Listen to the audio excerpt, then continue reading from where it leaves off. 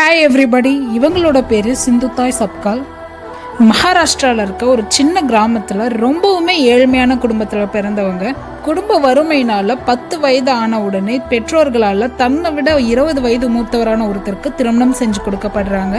திருமணம் ஆயிட்டு தன்னோட 20 வயது அடைவதற்குள்ளேயே 3 ஆண் குழந்தைங்களை பெற்றெடுக்கிறாங்க. பிறகு 4வதாக ஒரு குழந்தை நிறை மாதமாக இருக்கும்போது கணவரால் துன்புறுத்தப்பட்டு வீட்டு விட்டு வெளியே அனுப்பப்படுறாங்க. போவதற்கு இடமில்லாமல் ஒரு மாட்டு தொழுவத்தில் 4வது குழந்தையை பெற்றெடுத்தாங்கன்னு சொல்லப்படுது. வாழ்றதுக்கே வழி இல்லாமல் உதவுவதற்கும் யாருமே இல்லாமல் எல்லா இடங்களிலும் பிச்சை எடுத்து தன் குழந்தையை காப்பாற்றிட்டே வந்துட்டு இருந்திருக்காங்க. இப்படியே நாட்கள் போக போக ரோடு ஓரங்களில் நிறைய குழந்தைகள் பெற்றோர்கள் இல்லாமல் சாப்பாட்டுக்கே வழி இல்லாமல் கஷ்டப்படுறத பார்த்தா இவங்க தான் பிச்சை எடுக்கிற சமயத்தை இன்னுமுமே அதிகப்படுத்தி வர காசில் பார்க்குற எல்லா அனாதை குழந்தைங்களுக்கும் சாப்பாடுலேருந்து ட்ரெஸ்லேருந்து படிக்க வைக்கிறதுலேருந்து எல்லா உதவியும் செஞ்சுட்டே வந்துட்டு இருந்திருக்காங்க.